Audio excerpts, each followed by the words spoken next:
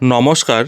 এই মুহূর্তে এসএসসি শিক্ষক নিয়োগ দুর্নীতি মামলায় আর একটি বিরাট দাবি করলেন আইনজীবী বিকাশ রঞ্জন ভট্টাচার্য। দীর্ঘদিন মামলা চলার পর অবশেষে উচ্চ প্রাথমিকের শিক্ষক নিয়োগ মামলার শুনানি সম্পন্ন হয়েছে কলকাতা হাইকোর্টে।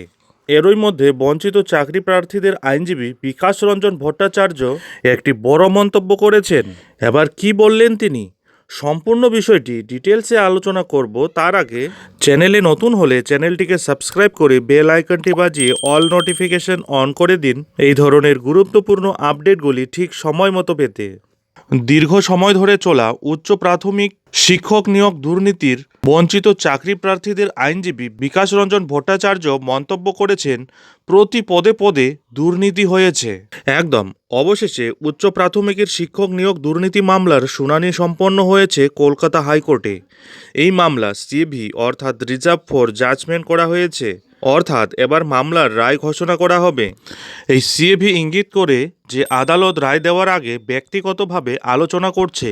এই শব্দটি প্রায়শই উদ্ভূত হয় যখন আদালতের বিচারের সময় করা যুক্তি বা দাখিল বিবেচনা করার জন্য সময় লাগে। গত বৃহস্পতিবার তপব্রত চক্রবর্তী এবং বিচারপতি পার্থসারথী চট্টোপাধ্যায়ের ডিভিশন বেঞ্চে এই মামলার শুনানি শেষ হয়।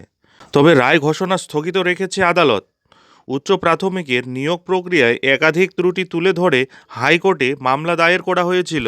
গত বৃহস্পতিবার ওই মামলার শুনানিতে বঞ্চিত চাকরি প্রার্থীদের আইনজীবী বিকাশ রঞ্জন ভট্টাচার্যর সওয়াল, এই নিয়োগ প্রক্রিয়ায় প্রতি পদে পদে অনিয়ম হয়েছে।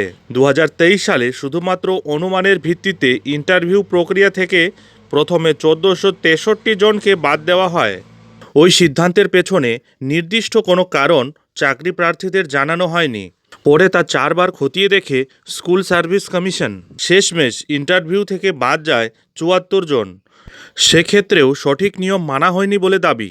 এছাড়াও মামলাকারীদের অন্য আরেকজন আইনজীবী সুবীর সান্যালের সওয়াল, কাউন্সিলিং ও সংরক্ষণ নীতি মেনে করা হয়নি। ওই নিয়োগ প্রক্রিয়ায় তপশিলি জাতি এবং উপজাতির সংরক্ষণ নিয়ে একাধিক প্রশ্ন রয়েছে। এমনকি সেখানে মহিলাদের সংরক্ষণ নিয়েও ত্রুটি রয়েছে এবং শূন্যপদ আপডেট করা না নিয়েও প্রশ্ন তোলা হয়। এদিকে চাকরি প্রার্থীদের দাবি, প্রথম কাউন্সেলিংয়ের পরে দ্রুত দ্বিতীয় কাউন্সেলিং শুরু করতে হবে এবং যোগ্য চাকরি প্রার্থীদের অবিলম্বে নিয়োগ করতে হবে। উচ্চ প্রাথমিকের প্রায় 9000 প্রার্থীর স্কুল বাছাই অর্থাৎ কাউন্সেলিং প্রক্রিয়া শুরু হয়ে গেছে, যদিও দ্বিতীয় দফার প্রায় 2000 প্রার্থীর কাউন্সেলিং প্রক্রিয়া এখনও বাকি রয়েছে। যাই হোক বন্ধুরা, এখন এখানেই শেষ করছি। এই মামলার পরবর্তী আপডেট ঠিক সময় মতো পেতে অবশ্যই চ্যানেলে চোখ রাখুন।